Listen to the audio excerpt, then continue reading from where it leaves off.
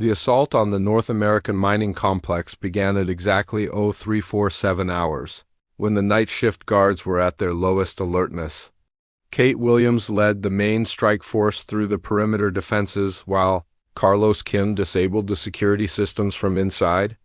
After months of careful planning and invisible sabotage, the resistance was finally ready to strike openly. Ben Carter crouched behind a pile of excavated ore, watching the alien patrol routes with his enhanced vision. The former NASA engineer had memorized every detail of the facility during his months as a slave here. Now he was back, but as a liberator rather than a prisoner. "Guard rotation in 30 seconds, he whispered into his com. Toth Alpha will be clear for 90 seconds. Kate's team moved like shadows through the gap, their enhanced reflexes and improved coordination making them nearly invisible even in the open ground. The neural suppressors that had once enslaved them now gave them abilities that bordered on supernatural. They could predict guard movements, anticipate security responses, and coordinate their actions with perfect precision. "Charges set on the main power coupling," reported demolitions expert Frank Rodriguez.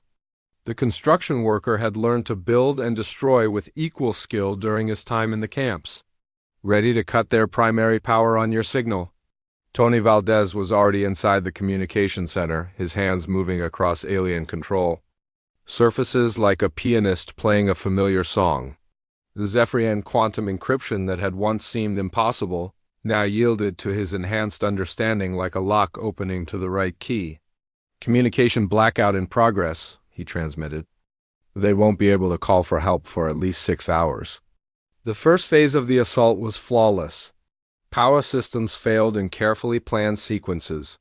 Communication arrays went dark, security barriers deactivated. To the confused alien guards, it looked like a cascade of equipment failures rather than a coordinated attack. But Ben Carter knew they had only minutes before the Zephyrians realized what was really happening.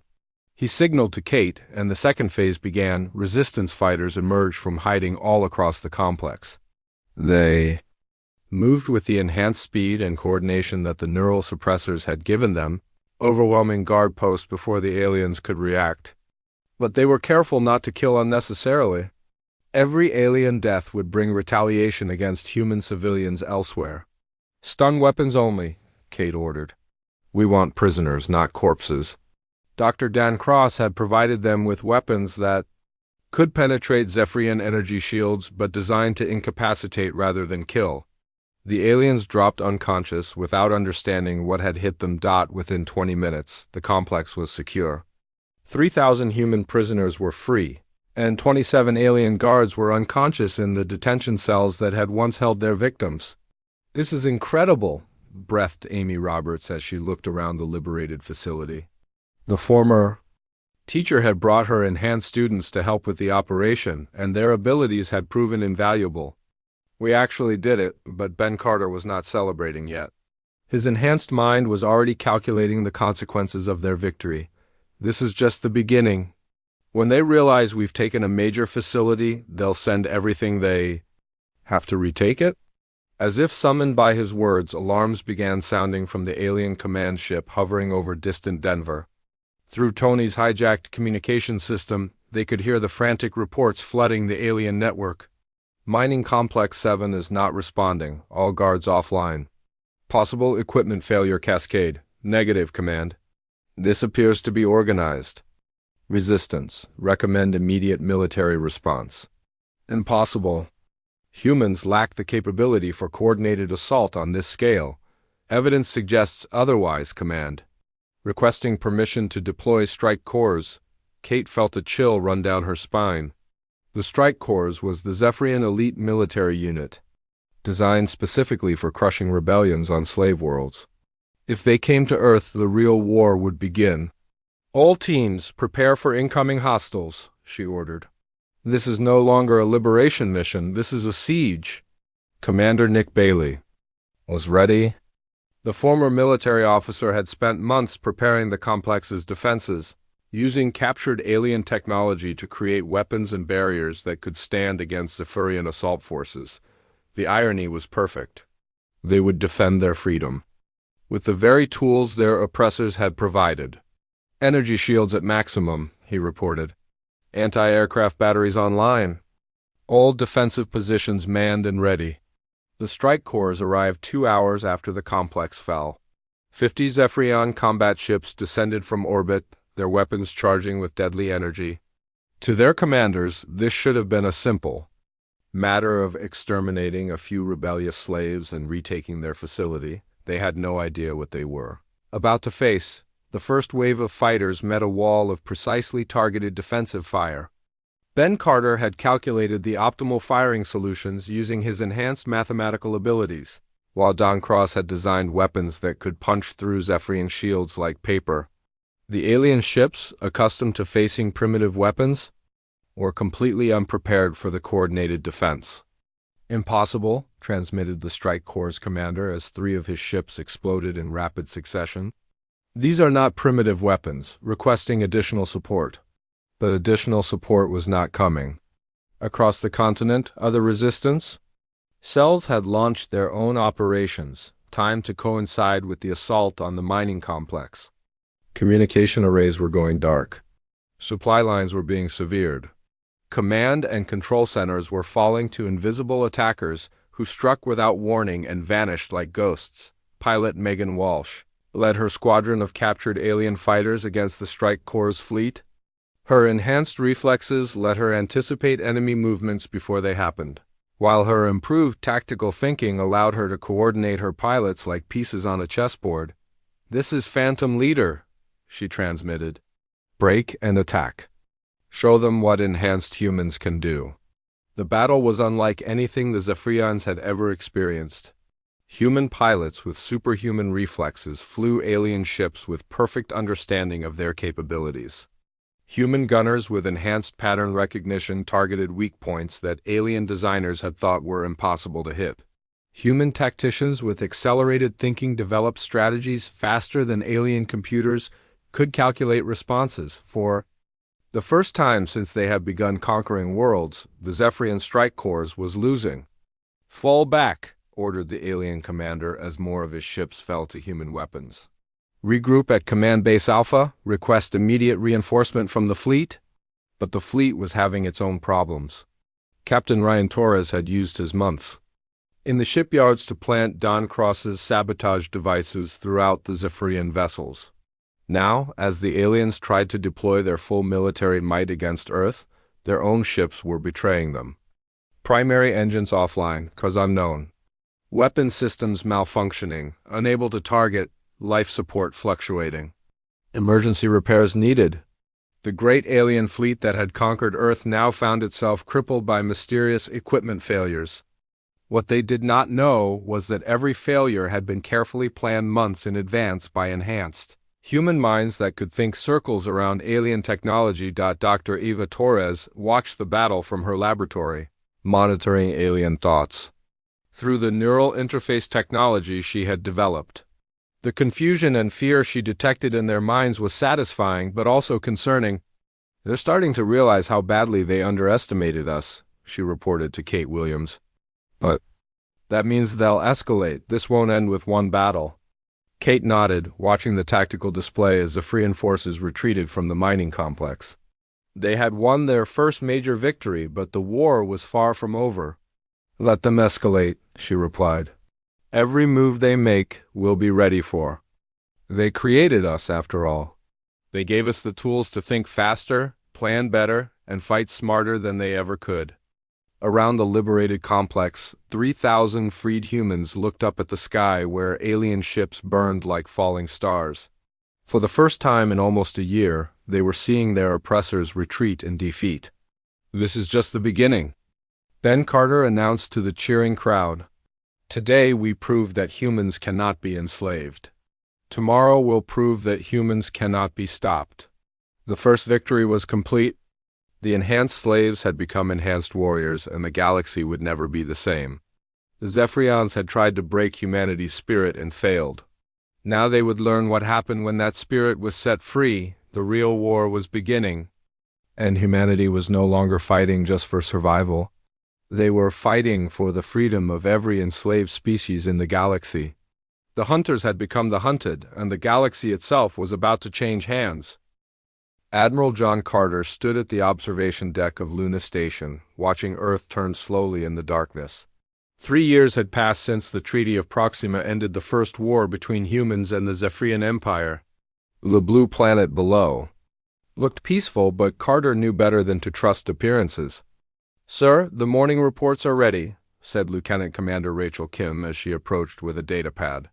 Carter took it without looking away from Earth. The reports showed the same thing they had shown for months. Trade ships moving between human and Zephyrian space. Diplomatic missions exchanging knowledge and culture. Everything looked normal. Normal. Dr. Lisa Warren walked through the research labs on Luna Station, checking on her team's work. As head of xenobiological studies, she spent her days learning about the aliens who had tried to destroy humanity. Just 3 years ago, the Zephyrians were tall, thin creatures with gray skin and large black eyes. They claimed to value peace and knowledge above all else. Warren stopped at a workstation where Dr. Peter Hall was studying Zephyrian genetic samples. "What do you see today, Peter?" "Same as always, Doctor. Their biology is fascinating. They live longer than humans and think faster. But there's something strange about their brain patterns." "Strange how?" Hall pulled up brain scans on his screen. "Look at these neural pathways. They show high activity in areas we associate with planning and strategy, but almost no activity in areas linked to empathy or emotional attachment." Warren frowned. During the peace talks, the Zephyrians had spoken about friendship between species and shared understanding, but their brains showed something different. She made a note to study this further. Commander Rick Stone sat in his office deep inside Luna Station, staring at shipping manifests and trade route data. As head of human intelligence, he watched everything that moved between human and alien space. The data streams looked boring to most people, but Stone saw patterns others missed. Zephyrian cargo ships had been taking longer routes lately. Their diplomatic vessels carried more crew than needed. Military escorts appeared on routes marked as civilian trade missions. Small changes that meant nothing alone but created a picture when viewed together. Stone pulled up a star map showing the border between human and Zephyrian space. Red dots marked recent alien ship movements.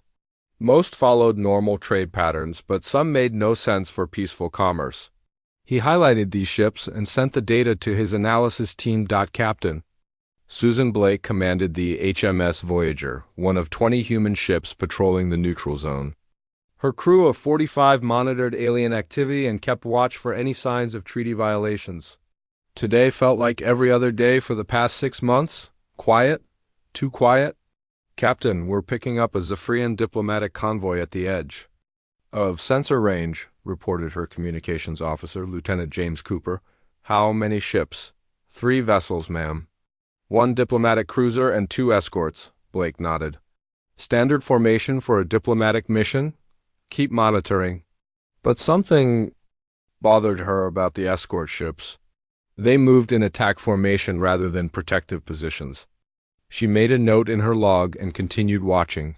The convoy passed through the neutral zone without incident, but Blake noticed their energy signatures didn't match standard Zephyrian power systems. The readings showed higher output levels, like ships ready for combat rather than peaceful travel. Back on Luna Station, Carter reviewed daily intelligence briefings in his command center. The war room buzzed with activity as officers tracked ship movements, analyzed communications, and maintained the early warning network that protected human space. "Admiral, we're seeing increased Zephyrian activity along 3 border sectors," reported Colonel Amy Parker, his chief of staff. "Nothing that violates the treaty, but the pattern is unusual." Carter studied the tactical display. Alien ships moved in clusters near jump points that provided quick access to major human systems. The formations looked casual, but Carter had fought these creatures before. He knew they never did anything without purpose. "Double our patrol schedules in those sectors, and send a priority message to Earth Command. Tell them we need more intelligence assets watching Zephyrian space." Dr. Warren returned to her lab after attending Carter's evening briefing. The Admiral had asked all department heads to report anything unusual about alien behavior. She thought about Hall's brain scans and the lack of empathy centers in Zephyrian neural structure during the peace negotiations. Human diplomats had been impressed by Zephyrian promises of friendship and cooperation. But what if the aliens didn't understand friendship the way humans did? What if their promises meant something entirely different to them? Warren pulled up recordings of Zephyrian diplomatic statements from the past 3 years. She analyzed word patterns and emotional content. The aliens spoke about peace and cooperation, but their language showed no emotional attachment to these concepts. They discussed peace like humans might discuss a business contract. Stone worked late into the night, following data trails that led nowhere and everywhere.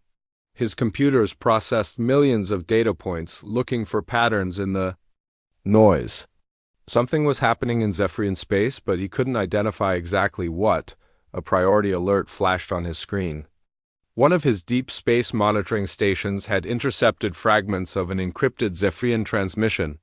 The message was heavily coded, but the transmission source came from inside what should have been empty space near the Proxima system. Stone enhanced the sensor data from that region. Nothing showed on passive scans, but the transmission source suggested a large object or facility hidden from normal detection. He marked the coordinates and flagged them for investigation. Captain Blake finished her patrol and docked at Outpost 7, a small human facility on the edge of the neutral zone. As she filed her mission report, she mentioned the unusual energy signatures from the Zephyrian diplomatic convoy. The base commander, Major Tony Hughes, reviewed her report with interest. "You're the third captain this week to report strange readings from alien ships." "What kind of readings?" "Power signatures that don't match their declared ship types. Weapon system configurations on vessels marked as civilian transports. Communication patterns that suggest military coordination rather than commercial activity." Blake felt a chill run down her spine. During the First War, similar patterns had preceded major Zephyrian attacks. Should we increase alert levels? Not yet. But keep your sensors sharp. If the aliens are planning something, we need to know about it before they're ready to move. As night fell across Luna Station, Carter stood again at the observation deck. Earth looked peaceful in the starlight, but he remembered how quickly peace could turn to war. The Zephyrians had surprised humanity once before with a massive attack that killed millions before human defenses could respond. That wouldn't happen again. Not on his watch. Carter activated his personal communication device and sent a coded message to his most trusted officers. The message was simple but urgent. "Initiate Protocol 7. Full intelligence review. Report findings directly to me." 3. Years of peace had lulled many humans into thinking the war was truly over. But Carter and his team remembered the first lesson of military service: hope for peace but prepare for war. And something told him that preparation time was running out. General Frank Davis walked through the hidden corridors beneath Mount Rushmore, where no tourist would ever set foot. The secret facilities stretched deep into the mountain, housing laboratories and manufacturing centers that officially didn't exist. For 3 years, Davis had overseen humanity's most classified project, preparing for the war everyone hoped would never come. "General, the new armor prototypes are ready for testing," said Colonel Amy Parker as she fell into step beside him. Parker commanded the facility's research division and had spent the past year developing equipment specifically designed to fight Zephyrians. They entered a vast underground chamber where technicians tested weapons and armor under conditions that simulated alien environments. The air hummed with energy as prototype plasma rifles fired at target ranges, and soldiers in experimental combat suits practiced movement drills. Davis watched a squad of Marines test the new gear. The armor looked heavier than standard human equipment, but sensor readings showed it could stop Zephyrian energy weapons that had cut through regular armor like paper during the First War. "How many units can we produce?" Davis asked. "Current rate is 50 suits per day across all facilities. We have production centers on Luna, Mars, and 3 asteroid mining stations." Total output could equip a full division within 6 months. Davis nodded. During the peace negotiations, human leaders had made a careful decision. They would sign the treaty and hope for lasting peace, but they would also prepare for the worst. Hidden facilities like this one had been built across the solar system, ready to arm humanity if the aliens broke their promises. Dr. Kevin Moore supervised weapons testing in another section of the facility. As head of reverse engineering, he had spent 3 years studying captured Zephyrian technology and finding ways to improve it. The aliens had shared some knowledge during the peace period, but more focused on the weapons and ships they had captured during the First War. The new plasma cannons are 40% more efficient than Zephyrian originals, Moore told Davis as they watched test firing. We've also solved the overheating problem that limited their rate of fire. What about the shield technology? Even better news. We can generate defensive fields that actually repel Zephyrian energy weapons instead of just absorbing them. Their ships won't be able to penetrate our barriers with standard armament, Davis smiled grimly. The aliens had made a critical mistake by allowing humans to study their technology during peacetime. Every piece of equipment they shared had been taken apart, analyzed, and improved by human engineers who approached problems differently than their creators. Captain Tony Hughes oversaw construction at the Ceres shipyard, humanity's most secret military facility.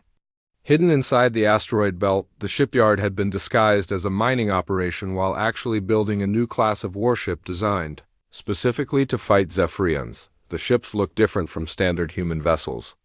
Sleeker and more aggressive, with armor patterns that deflected energy weapons and engines that could outrun anything in the alien fleet. Hughes watched workers install the final systems on the lead ship of the new class. "Sir, the USS Defiance is ready for space trials," reported Commander Lisa Chun, his chief engineer.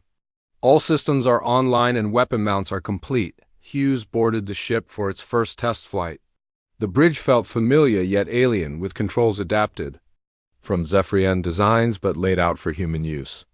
The main display showed tactical information in ways that human brains could process faster than alien computer systems. "Take us out, Commander. Let's see what she can do." The ship left the asteroid dock smoothly and accelerated into open space. Hughes felt the power of engines that combined human engineering with alien technology. The Defiance could match Zephyrian ships for speed and exceed them in maneuverability. Dr. Nancy Green worked in a different kind of laboratory, one focused on understanding alien psychology rather than their technology. As a specialist in xenopsychology, she studied Zephyrian behavior patterns and cultural records to predict how they might act in future conflicts. "Their entire society is built around conquest and expansion," Green explained to a group of military officers.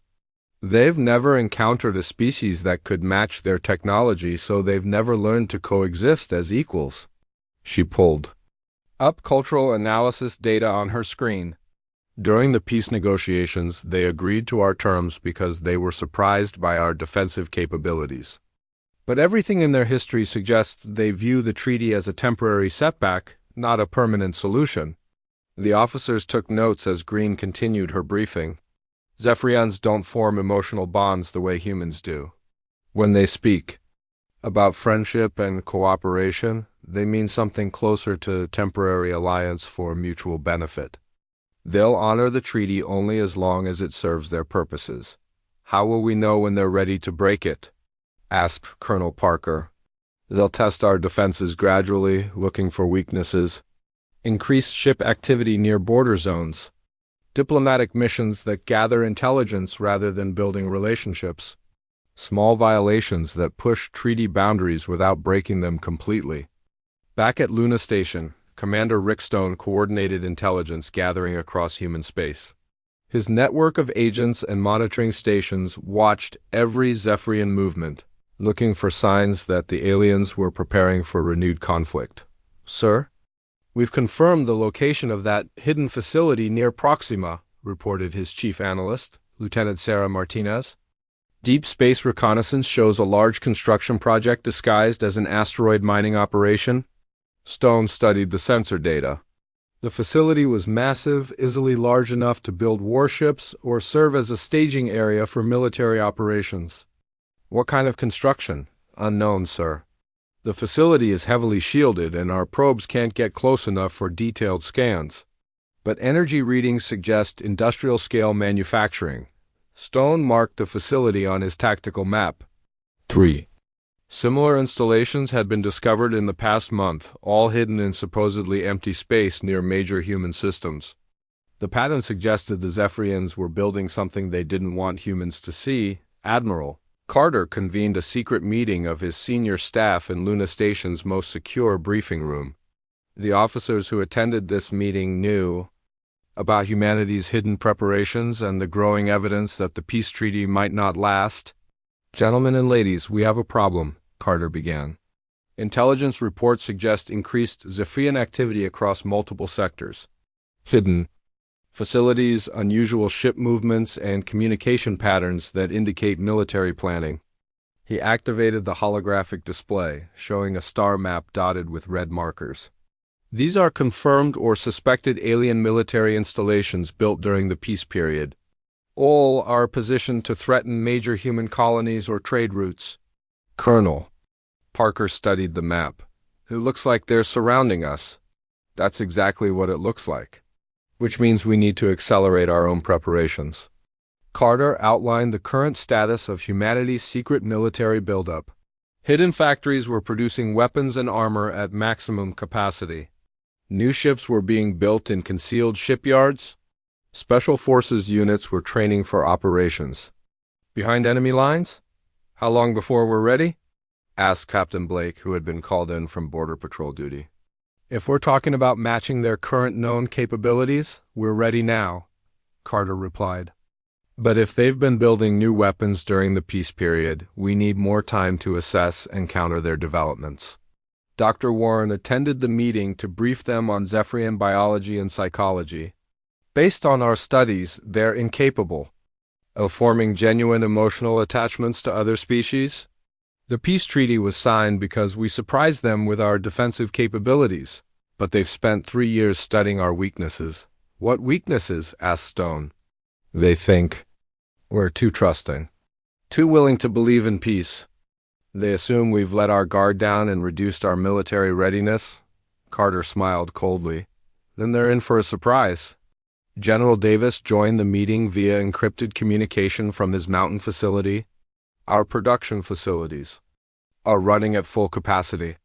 We can equip and arm 50,000 troops within 30 days of a war declaration. Shipyard construction is ahead of schedule, and we'll have a full battle fleet ready within 6 months." "That assumes we have 6 months," Carter replied. "Recent intelligence suggests they may move sooner than expected." The meeting continued for 3 hours as they coordinated humanity's secret preparations. By the time it ended, each officer knew their role in the plan that would activate if the Zephyrians broke the peace treaty. As the others left, Carter remained alone in the briefing room, staring at the tactical display. 3 years ago, the aliens had nearly destroyed humanity with a surprise attack. They had underestimated human resilience and adaptability then, and they were making the same mistake now. The difference was that this time humanity was ready. Ready for war, ready for deception, and ready to show the galaxy that humans learned from their mistakes. The peace agreement might be a lie, but humanity's response would be devastatingly real. Lieutenant Jake Edwards adjusted his binoculars and focused on the sensor readings from his observation post on New Horizon. The colony world sat on the edge of human space, making it perfect for watching alien activity in the neutral zone. For 6 months, Edwards had filed routine reports about empty space and occasional trade convoys. Today was different. "Control, this is Observation Post 7, Edwards spoke into his communicator. "I'm reading massive energy signatures at grid reference 47 Alpha. The response came immediately. "Confirmed, Post 7. What do you see?" Edwards enhanced his sensors and felt his blood turn cold. Where empty space should have been, his instruments detected hundreds of ships, large ships, military ships arranged in attack formations. "Control, I count at least 300 vessels. Zephyrian design?" They're arranged in battle groups and moving toward the border. A long pause. Then, are you certain, Lieutenant? Edwards double-checked his readings. The energy signatures were unmistakable. Zephyrian warships, the same type that had attacked human colonies 3 years ago, were massing in what was supposed to be neutral space. Confirmed control. This is a full invasion fleet. Within minutes, Edwards' report reached Admiral Carter at Luna Station. Carter studied the sensor data while his staff worked frantically to confirm the readings from other monitoring stations. Sir, we're getting similar reports from Outposts 3, 9, and 12, reported Colonel Parker. Zephyrian fleets are appearing at multiple locations along our border. Carter felt a familiar knot form in his stomach. The same feeling he'd had 3 years ago, just before the first Zephyrian attack. How many ships total? Conservative estimate is 800. Vessels across all sectors. They've been using some kind of stealth technology to hide their movements. Carter activated the emergency communication system. This is Admiral Carter to all commands. Implement Defense Protocol Alpha immediately. Recall all civilian shipping to protected ports. Bring all military units to combat readiness. The orders spread across human space at light speed, carried by quantum communication relays. On dozens of worlds, military commanders received the same message. The peace was over. Dr. Warren was reviewing genetic samples when the alert klaxons began sounding throughout Luna Station. She rushed to her workstation and accessed the emergency network, reading the incoming reports with growing horror. The brain scans she had studied suddenly made perfect sense. Zephyrians showed no empathy because they were incapable of considering other species as equals. The peace treaty had been nothing more than a strategic pause while they prepared for a larger attack. She began transmitting her research to military commanders across human space. Her data on Zephyrian psychology and biology might help human forces understand their enemies' tactics and weaknesses. Commander, Stone's intelligence network exploded into activity as hidden monitoring stations throughout Zephyrian space began reporting massive fleet movements. The aliens had been preparing for this moment for months, maybe years. Sir, we're receiving data from Agent Phoenix inside Zephyrian command structure, reported Lieutenant Martinez. The aliens are calling this Operation Final Victory. They plan to eliminate all human resistance within 60 days. Stone read the intercepted messages with grim satisfaction. His agents had infiltrated alien communication networks during the peace period, providing early warning of this betrayal. What? About their objectives? Complete conquest of all human worlds. They're not planning to negotiate surrender terms this time. Stone activated emergency protocols that would alert every human intelligence asset in alien space. Sleeper agents who had posed as diplomats and traitors for 3 years would now become saboteurs and guerrilla fighters. Captain Blake received her new orders while docking at Outpost 7. Instead of routine patrol duty, she was assigned to immediate combat operations against the advancing alien fleets. Captain, your ship is needed for delaying actions, Major Hughes told her as she reviewed her mission briefing. Intelligence suggests the main alien attack will begin within 72 hours. We need to slow them down until our main battle fleet can deploy. Blake studied the tactical situation. Human forces were outnumbered but not outgunned, thanks to 3 years of secret preparation. What kind of support can we expect? The new ships from the hidden shipyards are being deployed now. You'll have backup, but the first wave of defense falls to border patrol units like yours. Blake felt pride mixed with determination. Her crew had trained for this moment, knowing that the peace might not last. They were ready to prove that humans could fight when cornered. General Davis received confirmation that all secret facilities had switched to emergency production. Hidden factories across the solar system were now producing weapons and equipment at maximum capacity, while Special Forces units prepared for deployment to combat zones. Sir, how many troops can we field in the first wave? Asked Colonel Parker during an emergency briefing. 50,000 fully equipped soldiers within 48 hours, Davis replied. Another 100,000 within 2 weeks. The aliens expect to face the same defensive force they fought 3 years ago. They're going to be surprised. Dr. Moore supervised the emergency deployment of new weapon systems to human ships throughout the fleet. The improved plasma cannons and shield generators would give human forces a significant advantage in the coming battles. The Zephyrians shared some of their technology during the peace period. Moore explained to a group of ship commanders via video link. What they didn't know is that we improved everything they gave us. Our weapons are more powerful, our shields are stronger, and our ships are faster than anything in their fleet. Captain Hughes launched the USS Defiance and 15 sister ships from the Secret Series shipyard. The new vessels move through space like deadly shadows, their stealth systems making them nearly invisible to alien sensors. "Sir, we're receiving targeting data from Intelligence Command," reported Commander Chun. "Priority targets are the command ships in each enemy battle group." Hughes studied the tactical display showing alien fleet positions. The Zephyrians had divided their forces into multiple attack groups, each aimed at a different human system. It was a sound strategy that would have worked against an unprepared enemy, but humanity was prepared. Dr. Green transmitted her psychological analysis to all human commanders, providing insights into Zephyrian thinking that could be used to predict their tactics. "They're overconfident," she explained in her briefing. "They believe humans are too peaceful and trusting to mount effective resistance. Use that assumption against them." Admiral Carter stood in Luna Station's main command center, watching as defensive forces moved to intercept the alien fleets. 3 years of preparation were about to be tested in the fires of combat. "Sir, all border stations report ready for action," Colonel Parker announced. "Fleet deployment is proceeding on schedule," Carter nodded. The Zephyrians thought they were attacking the same peaceful species they had fought before. They expected to face minimal resistance from humans who had grown soft during 3 years of peace. They were about to learn that humans never forgot their enemies and never stopped preparing for war. "Signal all commands," Carter ordered. Message reads, "The peace agreement was a lie, but humanity was ready for war. Let's show them what happens when you betray human trust." Lieutenant Edwards watched from his observation post as the first alien scouts moved toward human space. Soon, those ships would meet human defenders who had spent 3 years preparing for this exact moment.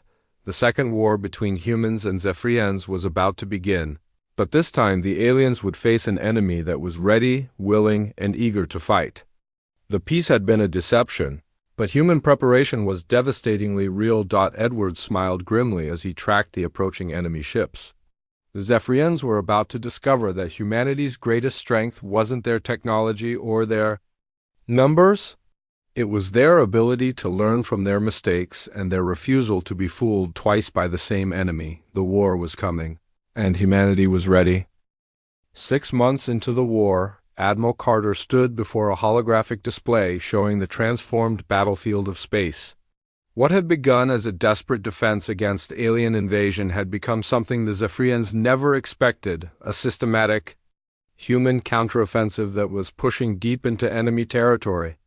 "Sir, industrial production reports show we're now building ships faster than we're losing them," Colonel Parker announced from her station. "The hidden factories have exceeded all projections." Carter nodded as he studied production figures that would have been impossible during peacetime. Human industrial capacity had expanded dramatically during the 3 years of false peace, with manufacturing centers hidden throughout the solar system now operating at maximum output. Dr. Green's psychological profiles of Zephyrian leadership had proven invaluable in predicting enemy tactics. Her analysis allowed human commanders to anticipate alien strategies and counter them before they could be implemented.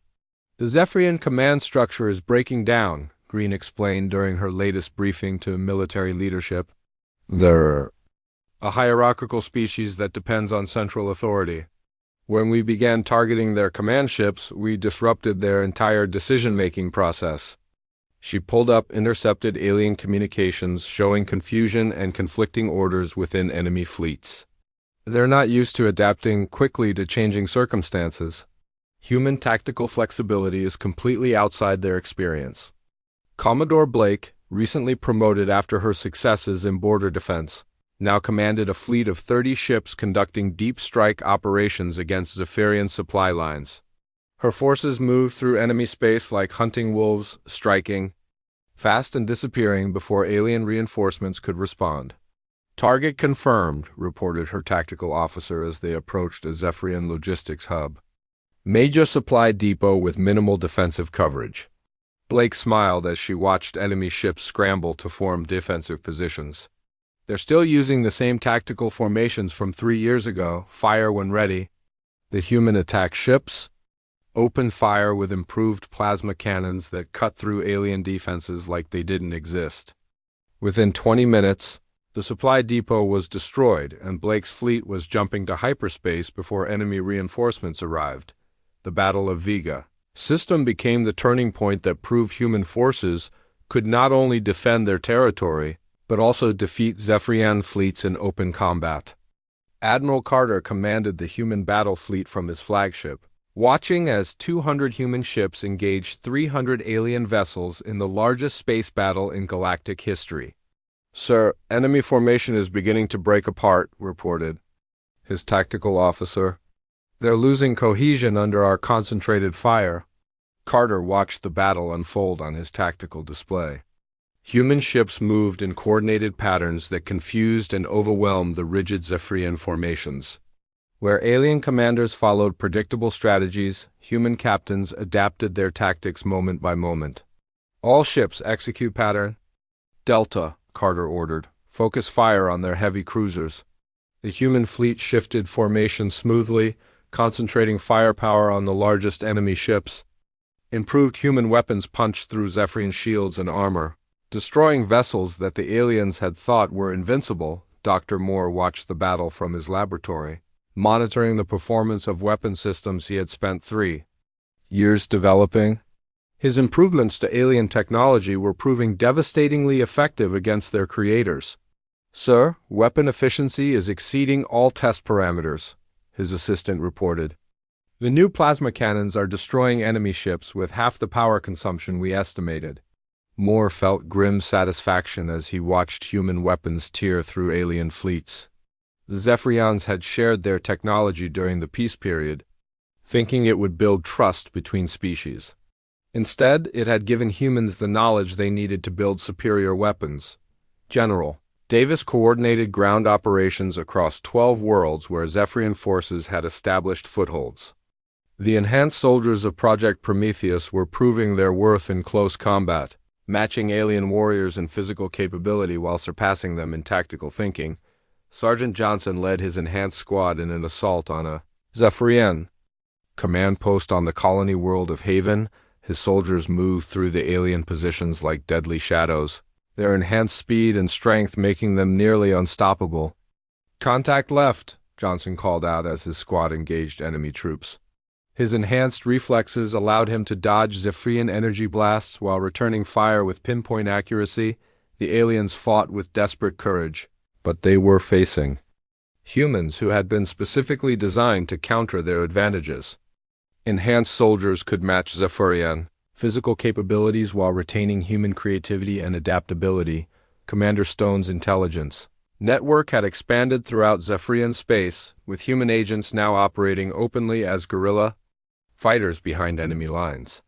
The aliens who had seemed so dangerous 3 years ago were proving vulnerable to human sabotage and infiltration tactics. "Sir, Agent Phoenix reports successful destruction of the main Zephyrian fuel depot in the Rigel system," Lieutenant Martinez announced. "Enemy fleet operations in that sector have been severely disrupted."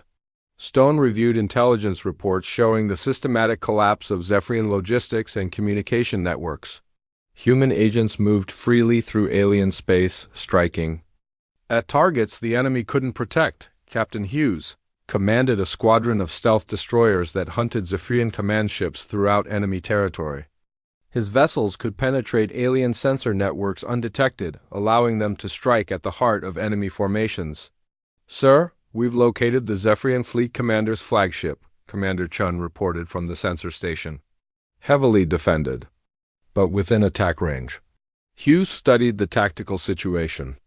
The enemy flagship was protected by a dozen escort vessels, but human stealth technology would allow his ships to approach undetected. All ships, prepare for coordinated attack. Target the flagship's command section. The stealth destroyers materialized. From empty space around the alien flagship, their plasma cannons firing at point-blank range. The Zephyrian command ship exploded in a brilliant flash, leaving the entire enemy fleet without central coordination. The psychological impact of human success began affecting Zephyrian morale across their empire. A species that had never faced serious military opposition suddenly found themselves being systematically defeated by enemies they had considered inferior. Dr. Warren analyzed intercepted alien communications showing widespread panic among Zephyrian civilian populations.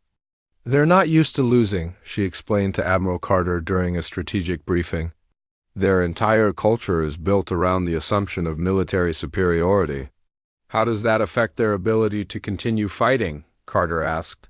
"They're becoming increasingly desperate and making poor tactical decisions. Fear is compromising their judgment." The Battle of Vega system ended with complete human victory. Of the 300 Zephyrian ships that had entered the system, fewer than 50 escaped. Human losses were minimal, thanks to superior tactics and improved defensive systems. Admiral Carter addressed his fleet commanders after the battle.